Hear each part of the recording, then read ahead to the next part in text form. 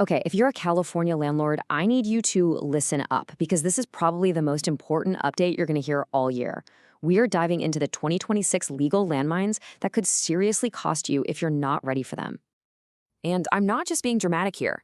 What you don't know about these new rules, well, it can lead directly to tenants deducting rent, eviction cases getting delayed for months, and some pretty hefty fines. This really isn't just about checking a box for compliance, it's about protecting your entire investment. You think that old lease agreement, the one you've been using for years, has you covered? I'm telling you, think again. That document is about to become a huge liability.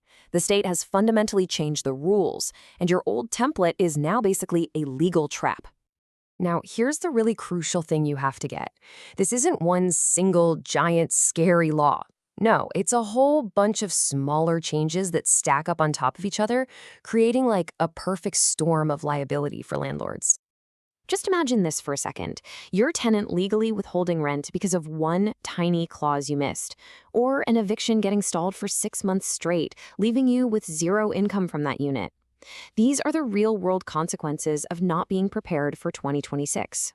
So let's start with the physical property itself, because the very definition of what makes a rental unit habitable in the eyes of the law is getting a major update. First up, let's talk about something that sounds super simple but has really huge implications. It's the new appliance rule, part of Assembly Bill 628, and it's about to completely change what a habitable rental unit means in California. So here's the bottom line. If your rental doesn't come with a working stove and a working fridge, it's just not legally habitable anymore. And that means your tenant could have grounds to break the lease or, yep, even sue you. The old way of saying tenant brings their own is pretty much over. So what do? Don't wait. Your action item today is to audit every single one of your units. If you're missing a stove or a fridge, get it installed before your next lease renewal. Seriously, you can't afford to put this one off. Okay, next up is a topic that's, all too familiar for us here in California. Wildfires, floods, all of it. Your responsibilities as a landlord right after a natural disaster are about to get way more complicated. Senate Bill 610 is a total game changer. After a disaster, you're not just on the hook for a quick cleanup. We're talking full-scale remediation for debris, smoke, ash, mold, the whole shebang. And here's the kicker. Your tenant has a legal right to come back after it's fixed, and you have to follow very specific rules about rent while they're gone. And this is exactly where your paper trail becomes your absolute best friend. If your property is in a fire zone or any high-risk area, you have to document every single step. Photos before, photos after, every invoice, every email, every text. It's your only real protection against a lawsuit down the line. Okay, so let's shift gears from the physical unit to the paperwork. Because your lease agreement, the heart of your business, is facing its own set of brand new landmines. All right, let's dig into a super common practice that's about to become a legal minefield. Bundling services like internet into the monthly rent. The state is really cracking down on this to give tenants more choice. And the difference here is like night and day. The old way, you just rolled the internet fee into the rent, no problem. The new way, under AB 1414, you have to give your tenant a clear, unambiguous choice to opt out. If you don't, you could be facing a legal challenge and might have to refund all those fees.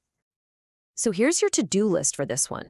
First, update your lease language. Second, create a super simple way for tenants to opt out. But, and this is important, don't stop there. You need proof that you gave them this option.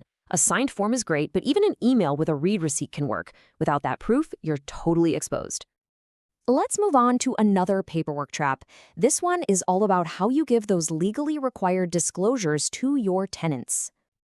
So if you're just using some generic lease template you downloaded from the internet a few years ago, you are seriously playing with fire. Assembly Bill 1529 has changed the rules for how these disclosures have to be structured. Using an old template is like building a house on a shaky foundation. It's just a matter of time before it all collapses. Look, this is not a do-it-yourself project. The only way to really protect yourself here is to get your entire 2026 lease packet professionally reviewed and updated. It's a small investment that could save you from an absolute legal nightmare. All right, let's talk about the one process no landlord ever wants to go through, but every landlord has to be ready for: evictions.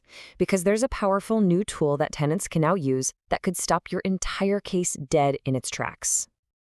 This one is huge. It's called the Social Security Defense under AB 246. Here's how it works.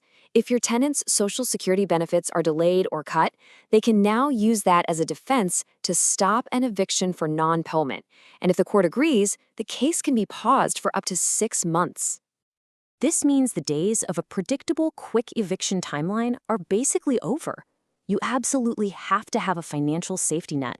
I'm talking enough cash on hand to cover your mortgage and all your expenses for at least 6 months if a unit stops paying. Without that buffer, you could be facing a real financial crisis. So, as we've been going through all of this, you probably see a theme emerging, and it's this. In 2026, your best, and sometimes your only, defense is an impeccable, undeniable paper trail. Think about it. When you're in court, it's not really about who's right, it's about who has the better evidence. Without photos, you're just arguing about memories. But with time-stamped photos, you're presenting cold, hard facts. It's the difference between a he said, she said mess and a clear win. And here's another one of those legal landmines where your documents are absolutely critical, the retaliation window. Basically, if you try to raise the rent or evict a tenant within 6 months of them making a formal complaint, the law automatically assumes you're retaliating, and that can get you into a world of trouble. So how do you protect yourself? You guessed it, documentation. If you're going to raise the rent, you better have a market analysis to back it up. If you need to evict, you better have a detailed log of every single lease violation. Without that paper trail, you are walking straight into a legal ambush. So as we start to pull all this together, you can see that the real danger here isn't one single law. The real killer is the cumulative effect. All of these small, seemingly minor oversights stacking up against you at once. This is exactly how a small problem snowballs into a complete disaster. It's a domino effect. You use an old lease, you forget the opt-out, you don't take move-out photos, and then an eviction gets delayed. One thing leads to another, and suddenly you're in a legal and financial nightmare. It's never just one big thing, it's the little things that add up. If you only take one single thing away from all this, please let it be this. This is your new survival rule for 2026 and beyond. In the eyes of the law, if it's not documented, it just didn't happen. And if your lease isn't updated, it's just not compliant. Period. And look, these laws are going to keep changing every single year. So the question you have to ask yourself isn't just about being ready for 2026. It's about every year after that. Is your business built to adapt, or is it just waiting to get caught by the next surprise?